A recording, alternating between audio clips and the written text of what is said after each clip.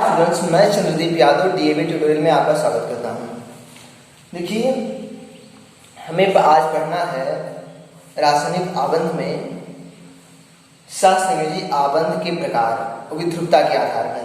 देखिए, ध्रुवता के आधार पर जो है सहसंयोजी आबंध दो प्रकार के होते हैं। मतलब कोई भी सहसंयोजी आबंध जो होता है ये या तो ध्रुवीय होता है या तो फिर अध्रुवीय होता है। इसका मतलब क्या है?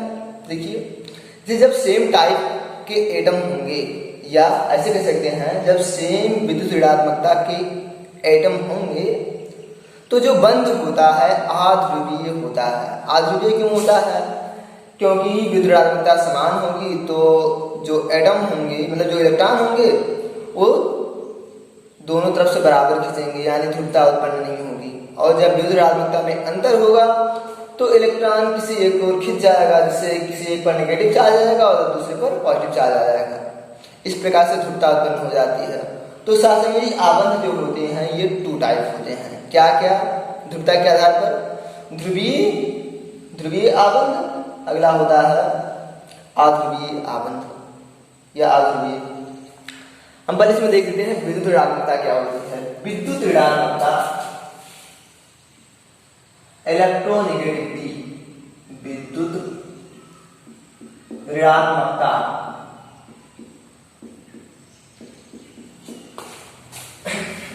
इलेक्ट्रोनेगेटिविटी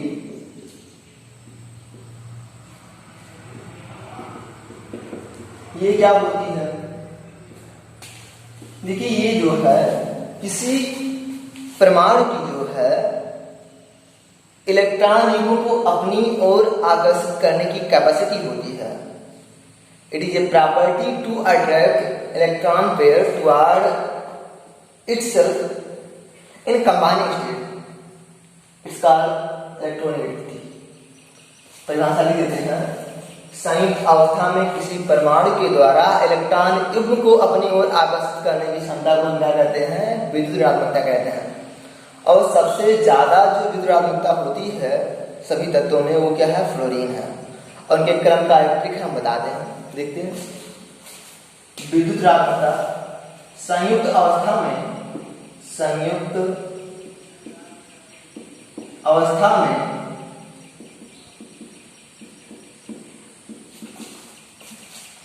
इलेक्ट्रॉन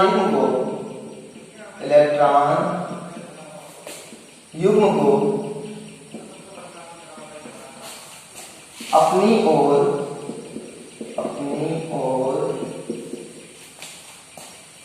खींचने की क्षमता को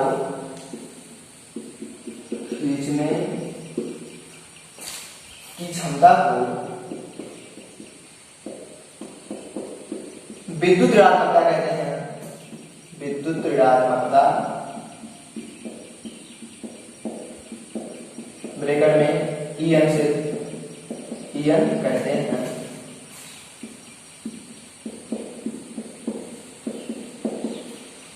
फ्लोरीन की विद्युत ऋणात्मकता सबसे अधिक होती है। फ्लोरीन की विद्युत ऋणात्मकता अधिकतम होती है।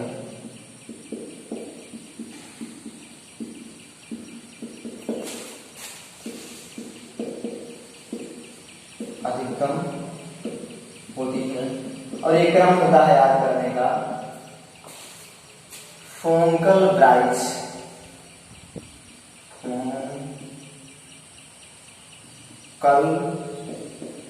ब्राइट्स, ये क्रम है। ये है FO फोंकल ब्राइट्स, ये Cl है, क्लोरीन BrICS, ये क्रम होता है याद करने का।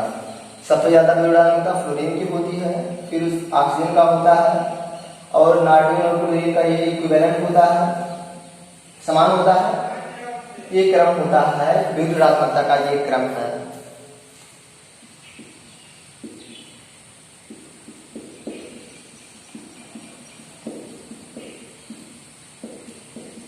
ये है क्या? विद्युत ऋणात्मकता।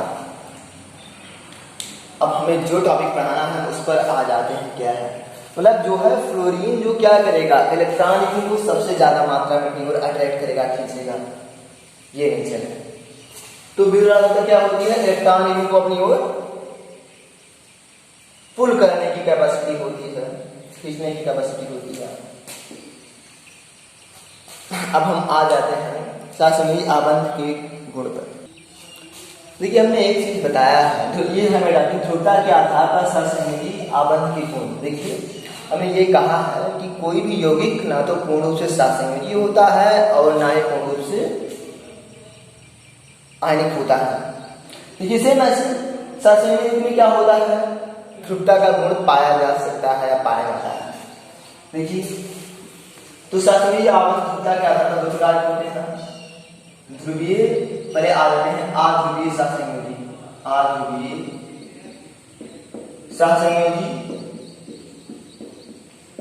और दूसरा होता है ध्रुवीय सहसंयोजी, polar covalent bond, non polar covalent bond, अगला होता है पोलर कोवैलेंट बॉन्ड।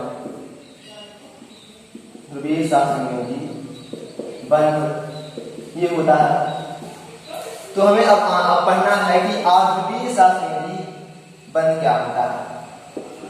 अध्रुवीय सहसंयोजी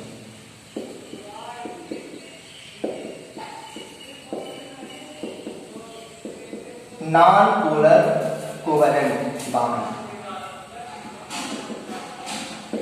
नॉन पोलर कोवैलेंट बॉन्ड,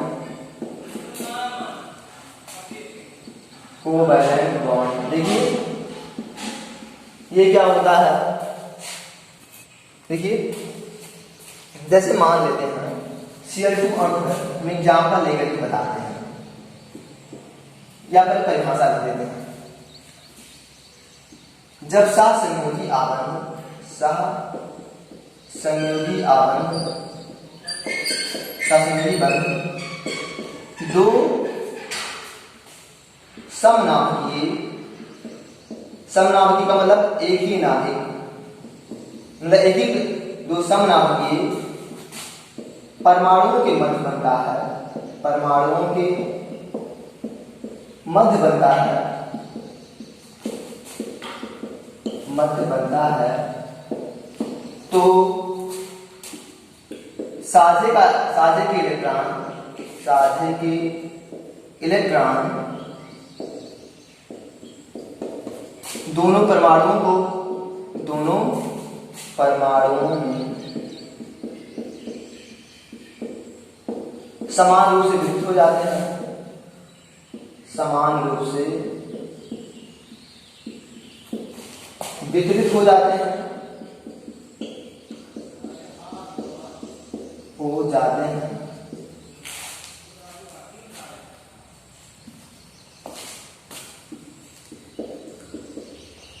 इसे हम क्या कहते हैं, इसे अध्रुवीय बंध कहते हैं, इसे अध्रुवीय सहसंयोजी बंध कहते हैं, अध्रुवीय सहसंयोजी बंध कहते हैं, सहसंयोजी बंध कहते हैं। तो एग्जाम्पल से क्लियर हुआ क्या है, जैसे मान लेते हैं एग्जाम्पल है Cl2 अणु। अब देखिए ये बंध होगा इस तरह, Cl और Cl के मध्य क्या होगा, बंध है। जितने समनाभिकीय का मतलब क्या है, एक ही तत्व का क्या होना चाहिए, परमाणु होना चाहिए। और एक और कंडीशन हो सकता है, दोनों तत्व अलग अलग हो लेकिन की विद्युत ऋणात्मकता क्या है, इलेक्ट्रोनेगेटिविटी उनकी सेम होनी चाहिए। तो फिर क्या होगा, अध्रुवीय सहसंयोजी बंध बनेगा। इसे सोचिए क्या कहते हैं, क्या है, समनाभिकीय परमाणुओं के मध्य बंध बन रहा है। इसका मतलब क्या है, ये दोनों जो नाभिक होने चाहिए, ये दोनों परमाणु क्या है, सेम होने चाहिए। तो क्या होगा, देखिए एक इलेक्ट्रॉन इसका है, एक इलेक्ट्रॉन इसका है, तो साझे का इलेक्ट्रॉन देखिए जितना ये खींच पाएगा उतना ये भी खींच पाएगा। तो साझे का इलेक्ट्रॉन ना तो इधर जाएगा ना तो उधर जाएगा, बल्कि दोनों में बराबर से वितरित हो जाएगा। मतलब किसी को कम ज्यादा नहीं मिला, तो यहाँ पर कोई ध्रुवता उत्पन्न नहीं होती है। तो इस प्रकार से क्या होता है, ये जो है अध्रुवीय होता है Cl2 अणु। सेम ऐसे H2 है, ये होगा इस तरह HHH, ये क्या होगा, अध्रुवीय होगा। क्योंकि जो साझे का इलेक्ट्रॉन है ना तो इस एच की तरफ जाएगा ना तो इस एच की तरफ जाएगा, बल्कि दोनों के मध्य ही रहेगा।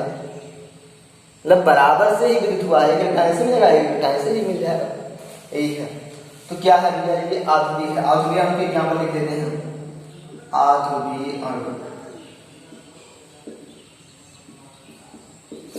O2 हुआ, जैसे O2 N2 Cl2 H2 I2, ये बहुत सारे ऐसे एग्जाम्पल होंगे।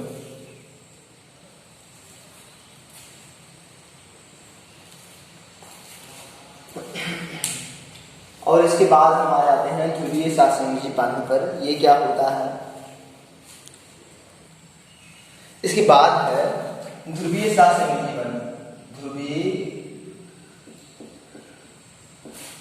सहसंयोजी बंध, सहसंयोजी बंध कहेंगे पोलर कोवैलेंट बॉन्ड, पोलर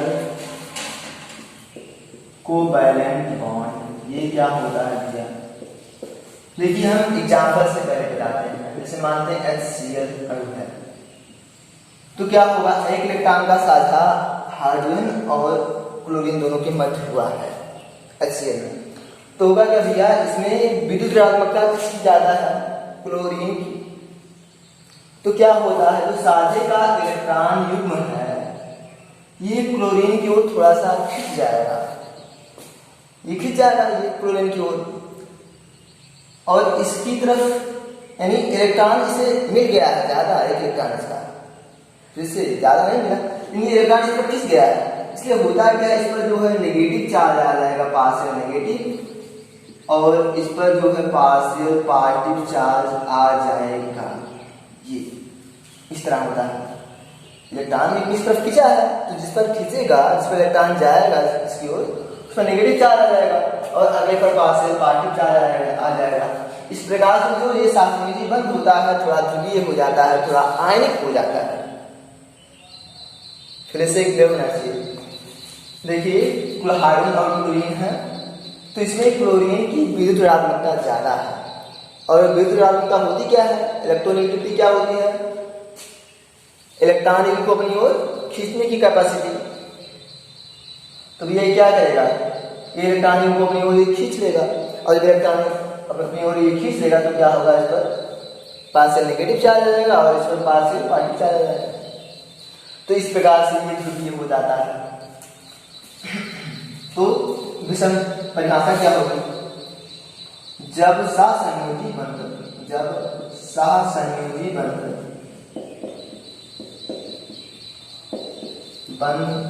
दो विषम नाभिकीय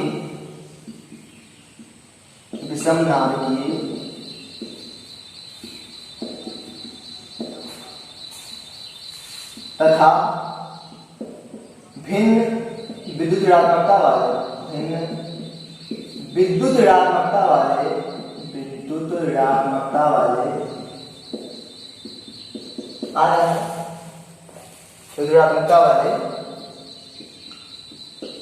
परमाणु तत्वों के परमाणु के मध्य बनता है, तत्वों के परमाणुओं के मध्य बनता है, परमाणुओं के मध्य बनता है। तो साझे का इलेक्ट्रॉन युग्म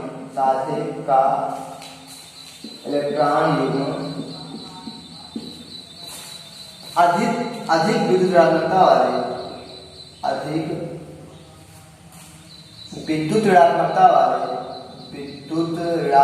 वाले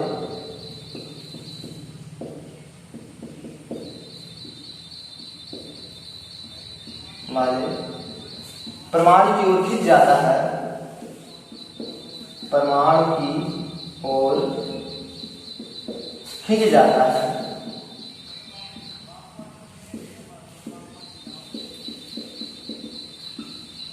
तो इस बंध को, तो इस प्रकार के बंध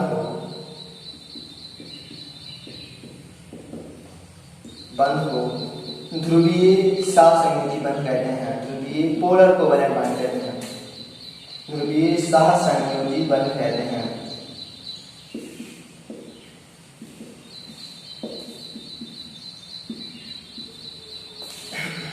हम आ जाते हैं एग्जाम्पल पर। क्या है देखिए,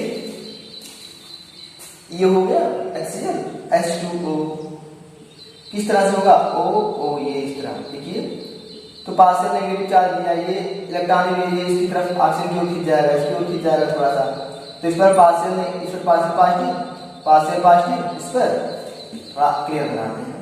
ये है इस तरह से H2O है, ये भैया इस पर पार्शियल पॉजिटिव चार्ज आ जाएगा, इस पर पार्शियल पॉजिटिव चार्ज आ जाएगा इस पर। अच्छा ये 2 है, इस पर 2 नेगेटिव, 2 पार्शियल नेगेटिव चार्ज आ जाएगा, ये होता है। सेम ऐसे ये संरचना बना देते हैं। इधर H2S3 है, SO2 है, SO3 है, ये बहुत सारे ऐसे एग्जाम्पल होते हैं। तो ये हो गया ध्रुवीय सहसंयोजी बंध। इसके बाद आ जाते हैं, थोड़ा स्पेशल बता देते हैं इसमें क्या है।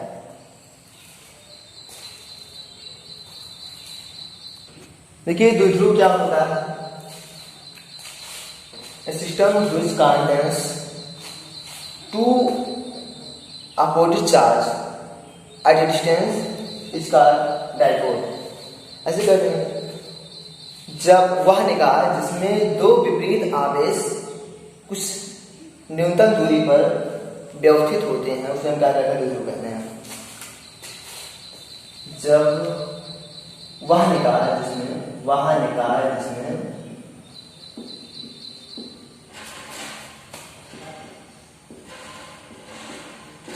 2 विपरीत आवेश, इतना हो गया, एक न्यूनतम दूरी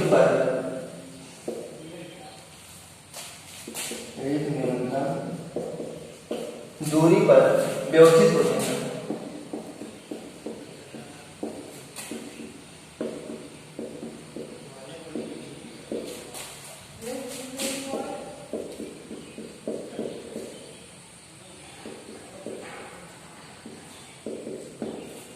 उसे द्विध्रुव कहते हैं, उसे द्विध्रुव कहते हैं।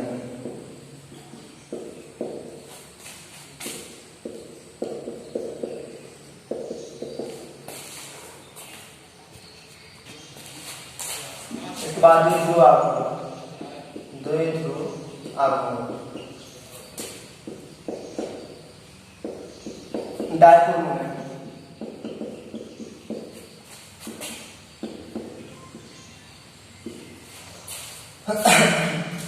देखिए क्या होता है, द्विध्रुव कैसे देख लेते हैं। देखिए क्या है, जैसे मान लेते हैं यहाँ पर एक प्लस चार्ज है, यहाँ पर नेगेटिव चार्ज है, दोनों किसी दूरी पर व्यवस्थित है, तो क्या हो जाएगा, हो जाएगा द्विध्रुव, डायपोल हो जाएगा।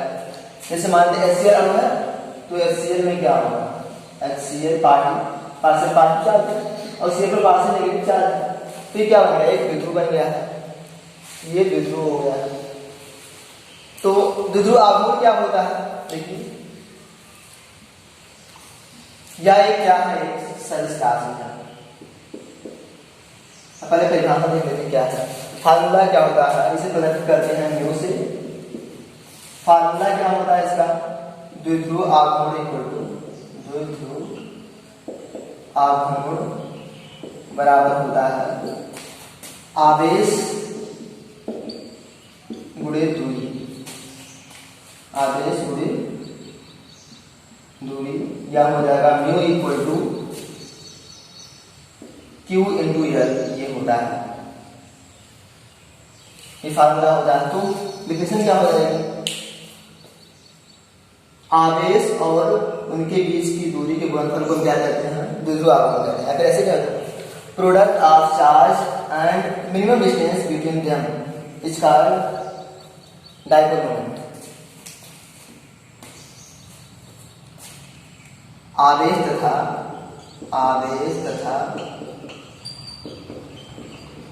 उनके बीच की दूरी के गुणनफल को,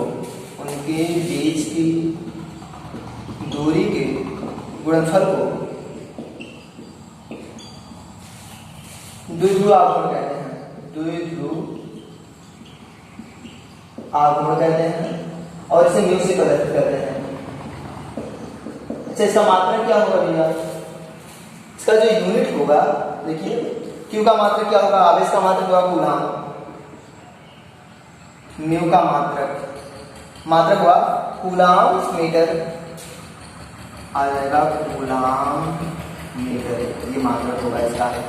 एमकेएस पद्धति में होगा ये मात्रक कूलाम मीटर।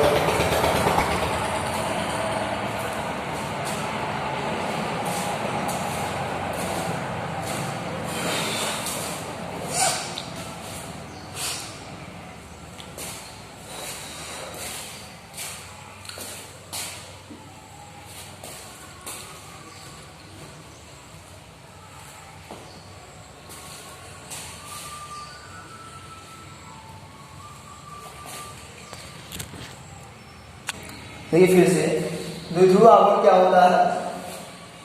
फार्मूला होगा द्विध्रुव आघूर्ण इक्वल टू आवेश गुणित दूरी, यानी म्यू इक्वल टू हो जाएगा क्यू इनटू एल। म्यू क्या है? द्विध्रुव आघूर्ण है, क्यू क्या आवेश है और डी क्या है? उनके बीच की दूरी है।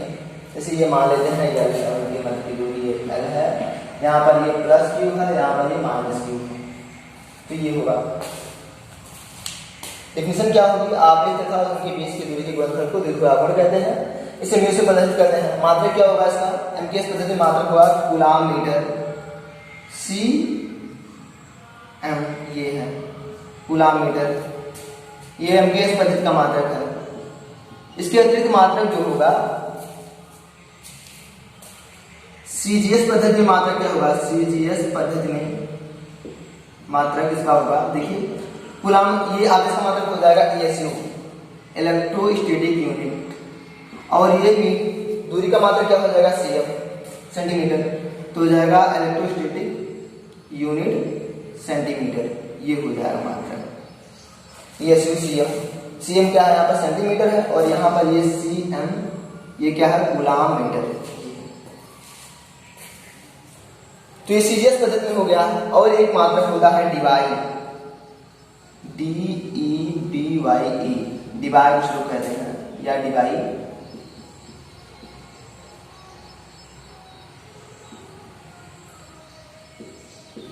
ये है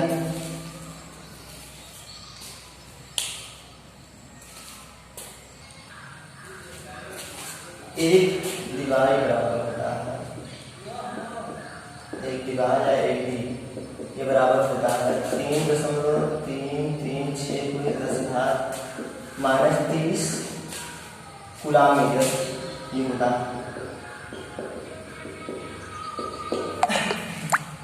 ये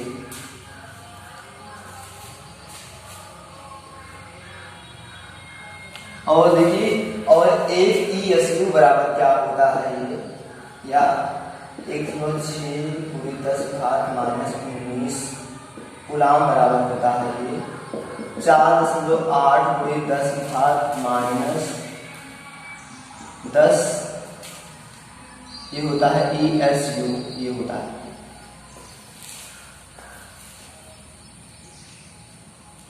ये याद रखना होगा। मैंने डिवाइड में कितना होता है? कूलाम मीटर 3.36×10⁻30 कूलाम मीटर होता है, तो ये है, ये हमें याद रखना होगा। एक डिवाइड में कितने कूलाम मीटर होते हैं पूछा जा सकता है। हम इसके बाद आ जाते हैं, इसके बारे में थोड़ा और डिटेल्स बताते हैं। देखिए ये क्या है? जो आघूर्ण होता है सदिश राशि होता है, क्या है ये? सदिश राशि है। अच्छा, इसकी दिशा क्या होती है? कम विद्युत ऋणात्मक तत्व से कम विद्युत ऋणात्मक प्रमाण से अधिक विद्युत ऋणात्मक प्रमाण की ओर होती है। जैसे मान लेते हैं CO2 है, या कोई भी एग्जाम्पल लेते हैं, जैसे मान लेते हैं HCl है, तो यहाँ पर इसकी जो डायरेक्शन होगी सदिश राशि ना, तो कुछ ना कुछ दिशा होगी भाई इसकी, तो ये होगी ये हाइड्रोजन से Cl की ओर होगी इसकी दिशा। भौतिकी में इसके विपरीत होता है, फिजिक्स में इसके विपरीत होगा, लेकिन केमिस्ट्री में ये क्या होता है? ये होता है कम विद्युत ऋणात्मक तत्व से अधिक विद्युत ऋणात्मक तत्व की ओर, ये होती है इसकी दिशा। कम विद्युत ऋणात्मक तत्व से दिशा क्या होती है इसकी? कम विद्युत ऋणात्मक तत्व से, विद्युत ऋणात्मक तत्व से या प्रमाण से देते हैं, प्रमाण से अधिक विद्युत ऋणात्मक प्रमाण की ओर, अधिक विद्युत ऋणात्मक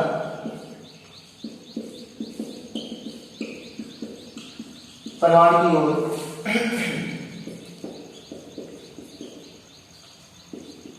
ये इसकी डायरेक्शन होती है। जैसे ये डायरेक्शन होगी इसकी, इधर ऐसे दर्शाएंगे इसे, इसकी डायरेक्शन को ऐसे इस तरह दर्शाएंगे। हम आ जाते हैं, आप देखिए नोट में, देखिए जो ध्रुव आघूर्ण जो गुण होता है, ये किसका गुण है? ये ध्रुवीय सात संयोजी बंध का गुण है। ये किसका गुण है? ध्रुव आघूर्ण, द्विध्रुव आघूर्ण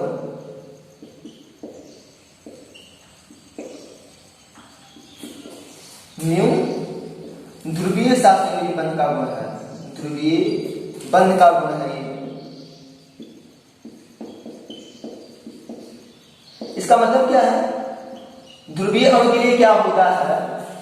म्यू जो होता है 0 के बराबर कभी भी नहीं होता है। ध्रुवीय अणु के लिए जो म्यू होगा ये नॉट इक्वल टू 0 होगा हर समय। ध्रुवीय यदि कोई ध्रुवीय बंध होगा या ध्रुवीय अणु होगा तो उसके लिए जो है ध्रुवाघूर्ण 0 के बराबर कभी भी नहीं होता। अगला पॉइंट है दूसरा, आध्रुवीय अणु का, आध्रुवीय अणु जैसे मान लेते हैं H2Cl2O2 N2, इनका जो द्विध्रुव आघूर्ण होगा ये हर समय क्या होगा? 0 होगा। आध्रुवीय नाम सुन लेना, कोई शारीरिक डेवलप नहीं होगा तो फिर Q का गुणनफल क्या आ जाएगा? मल्टीपल 0 या आध्रुवीय अणु का, आध्रुवीय अणु जैसे H2Cl2O2 का द्विध्रुव आघूर्ण, द्विध्रुव आघूर्ण म्यू जो है ये क्या होगा? 0 के बराबर होगा। ये होता है डायरेक्शन हो, ये हो गया।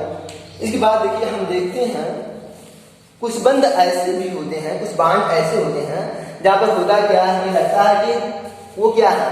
डायपोल मोमेंट रखने वाले हैं, लेकिन ऐसा नहीं होता है। हम आ जाते हैं एग्जाम्पल पर, देखिए जैसे CO2 है, CO2 का एग्जाम्पल ले लेते हैं, तो ये बंध इस तरह से बनेगा। इसमें C कार्बन काशी गए संजू पंडित, ये होता है ना ट्रिक याद करने का। बाद में कुछ इलेक्ट्रॉन होते हैं, 4 इलेक्ट्रॉन होते हैं, और ऑक्सीजन के बाद में कुछ इलेक्ट्रॉन होंगे 6, उससे देखो तो 6 इलेक्ट्रॉन के बाद में उसमें इसकी संख्या किस तरह बनती है? तो भैया ऑक्सीजन को 2 इलेक्ट्रॉन चाहिए, कार्बन क्या करेगा? ये बंध बनाएगा, 2 बंध, ये डबल बॉन्ड बना लिया। अगला फिर क्या करेगा? 6 इलेक्ट्रॉन हो गए हैं, फिर इसके बाद में उसमें फिर क्या करेगा? अगले ऑक्सीजन से भी डबल बॉन्ड बना लेगा इस तरह से। अब देखिए होता क्या है, कार्बन और ऑक्सीजन दोनों में कौन सा ज्यादा इलेक्ट्रोनेगेटिव एलिमेंट है? तो भैया यहाँ पर क्या है? ऑक्सीजन है ज्यादा इलेक्ट्रोनेगेटिव। तो ये साझे का जो इलेक्ट्रॉन है कुछ इस तरह इसकी ओर खींच जाता है, ऑक्सीजन की ओर। तो भैया इस पर आ जाएगा, ये इस तरह से जो है, ये इस पर हम डायपोल मोमेंट को शो कर देते हैं इस तरह। तो देखिए सेम ऐसे ही क्या होगा, इस पर भी क्या होगा, ये इस तरह से ये खींच जाएगा, खींच जाएगा। तो होगा क्या, ये और ये दोनों डायपोल, इधर बन रहा है डायपोल, एक इधर बन रहा है, और दोनों की डायरेक्शन क्या है? विपरीत है। तो दोनों आपस में कैंसिल आउट हो जाते हैं। इसलिए क्या होता है, यहाँ पर जो म्यू होता है वो 0 के बराबर आ जाता है। मतलब CO2 क्या है? आध्रुवीय अणु है। CO2 आध्रुवीय अणु है, क्लियर होना चाहिए। सेम ऐसे CH2 भी होता है। CH2 में क्या होगा? C डबल बॉन्ड ये होगा, इसके लिए भैया क्या होगा? म्यू क्या होगा? 0 होगा भैया। सेम तो ये है, और बहुत सारे ऐसे अणु होते हैं जिनमें क्या होता है, हमें लगता है कि क्या है, वो पोलर है, लेकिन वो पोलर नहीं होते हैं इस तरह बन से। सेम ऐसे हम कुछ और एग्जाम्पल भी देख लेते हैं। ये सममित अणु जब होते हैं, सममित अणु, अच्छा सममित अणु का मतलब क्या है? उनके जो केंद्रीय परमाणु है, केंद्रीय परमाणु के मध्य केंद्रीय परमाणु पर जो है कोई भी इलेक्ट्रॉन को नहीं पाया जाएगा। पहला कंडीशन ये होता है। और दूसरा कंडीशन क्या होता है, सममित अणु के लिए, सिमेट्रिकल मॉलिक्यूल के लिए जितने भी बंध होंगे वो सेम टाइप के होंगे। मतलब क्या है, एक ही प्रकार के आबंध उसमें होंगे। मतलब हम पहले एग्जाम्पल पर आते हैं, जैसे CH4 है तो होगा क्या भैया, CH ये है। देखिए कार्बन की बात हो तो उसमें 4 इलेक्ट्रॉन होते हैं, 4 इलेक्ट्रॉन साथ में चले गए हैं हाइड्रोजन के साथ। अब की बात क्या है, एक भी इलेक्ट्रॉन नहीं है इसके पास एक्स्ट्रा, एक भी इलेक्ट्रॉन इसके पास एक्स्ट्रा नहीं है, और सभी क्या है, CH बंध है, चारों CH बंध है। तो ये क्या हो गया, ये सममित अणु हो गया है, इसके लिए म्यू कितना हो जाएगा, 0 हो जाएगा बिना सोचे। सेम ऐसे PCl5 है, फास्फोरस पेंटाक्लोराइड है, तो क्या होगा, संरचना कुछ इस तरह बनेगी। ऐसे शो कर देते हैं डायरेक्टली, इस तरह से बनेगा ये CH। अब देखिए क्या है, होता क्या है, फास्फोरस की बात में कितने इलेक्ट्रॉन होते हैं भैया, 5 इलेक्ट्रॉन होते हैं। क्या है, कोई नेपाल, पाकिस्तान, ऑस्ट्रेलिया सब कार्य से कर सकते हैं, यहाँ पर रहेंगे सूरज सब बीमार। बाद में उसमें कितने इलेक्ट्रॉन होते हैं, 5 इलेक्ट्रॉन होते हैं। तो 5 इलेक्ट्रॉन क्या दिया, ये साझे में चले गए हैं क्लोरीन के साथ, यानी एक भी इलेक्ट्रॉन एक्स्ट्रा नहीं है। अगला जितने जो बंध हैं क्या है, P फास्फोरस और क्लोरीन के मध्य, यानी सेम टाइप के बंध हैं ये, यानी सिमेट्रिकल अणु है ये, सिमेट्रिकल मॉलिक्यूल है। तो इसलिए इसका जो म्यू हो जाएगा क्या हो जाएगा, 0 हो जाएगा। इसका जो ध्रुवांक क्या हो जाएगा, 0। ये हो गया केयर का ना, तो ये हो जाएगा द्विध्रुव आघूर्ण यानी डायपोल मोमेंट जो है कब 0 होता है, जब वेक्टर जो है द्विध्रुव आघूर्ण आपस में कैंसिल हो जाए। अगला ऑप्शन है कि क्या है वो भैया, आधुनिक अणु ही हो, जैसे H2Cl2O2 है ये है। और अगला ऑप्शन क्या है कि सममित अणु हो। सममित अणु का मतलब क्या होता है, केंद्रीय परमाणु के पास क्या होना चाहिए, सममित अणु का मतलब लिख देते हैं क्या है, PCl5 था ना ये, क्या है, केंद्रीय परमाणु के पास कोई इलेक्ट्रॉन नहीं, केंद्रीय परमाणु पर कोई इलेक्ट्रॉन नहीं। अगला कंडीशन क्या है, सभी बंध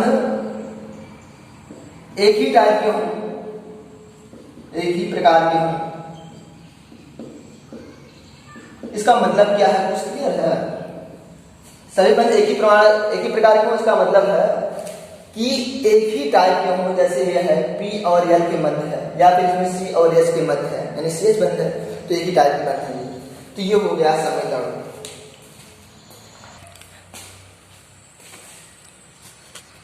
देखिए हम देखिए इसे, ये क्या होगा, जो म्यू होता है यानी ये सदिश राशि है। तो जब कोण जो है अलग हुआ, जैसे एक इस तरफ है, एक अगला डायरेक्शन इस तरफ है, जैसे H2 में होगा तो कुछ ना कुछ कोण भी बन सकता है इनके मध्य। जैसे मान लीजिए H2 था, ये इस तरह से ये है, तो यहाँ पर क्या है, दोनों के मध्य कुछ ना कुछ कोण है। तो एक म्यू इस तरफ हो जाएगा, इस डायरेक्शन में हो जाएगा, और एक म्यू इस तरफ इस डायरेक्शन में हो जाएगा। तो अलग अलग जब म्यू है तो क्या होगा, जब उनका परिमाण सेम है, एक ही टाइप के हैं, तो ये होगा। देखिए जब थीटा जो है 180 अंश होगा तो ये आ जाएगा 0 है, 120 अंश होगा तो कितना आ जाएगा, ये आ जाएगा a, और जब 60 अंश होगा थीटा √3, और जब 90 अंश होगा तो फिर इसका जो मैग्नीट्यूड है आ जाएगा √a। ये हमें याद करना है, याद रखना है। हम आ जाते हैं क्वेश्चन पर सीधे, फिर बताते हैं। देखिए क्वेश्चन ये है, द्विध्रुव आघूर्ण के घटते क्रम में लिखना है। तो थीटा इसमें क्या है, ये है, एक म्यू ये है और दूसरा वाला म्यू ये है। चलिए तो अभी रख देते हैं ये, चलो ये है। इसके बाद ये है म्यू, ये कितना है कोण, ये 60 अंश है। अगला ये यहाँ पर म्यू कितना है, 120 अंश है, और यहाँ पर 180 अंश है। अब देखिए यहाँ पर कितना हो जाएगा, इसका जो मैग्नीट्यूड आएगा ये आएगा a√3, ये इसका मैग्नीट्यूड। थीटा जब 60 अंश होता है तो कितना होता है, a√3 आ जाएगा। हम इसे माने a वेक्टर है, ये अगला a वेक्टर है। अगर यहाँ पर देखते हैं ये कितना है, 120 अंश कोण है, यहाँ पर जो मैग्नीट्यूड आ जाएगा a के इक्वल, और यहाँ पर कितना हो जाएगा, ये r हो जाएगा 0 की। अब देखिए तो ये कितना सबसे ज्यादा कौन सा है, ये है, फर्स्ट वाला सबसे ज्यादा है, इसका म्यू ज्यादा होगा ना, तो कोण ज्यादा होगा, ये म्यू ज्यादा, इसका ज्यादा है इसका। और ये दूसरा ये थीटा 24 है तो आ जाएगा ये यहाँ पे आर इक्वल टू ए हो जाएगा थोड़ा सा कम, और ये लास्ट वाला 0 हो जाएगा, ये थर्ड हो जाएगा, तो ये क्रम हो जाएगा हमारा। तो जो आपको बता, तो ये क्वेश्चन है।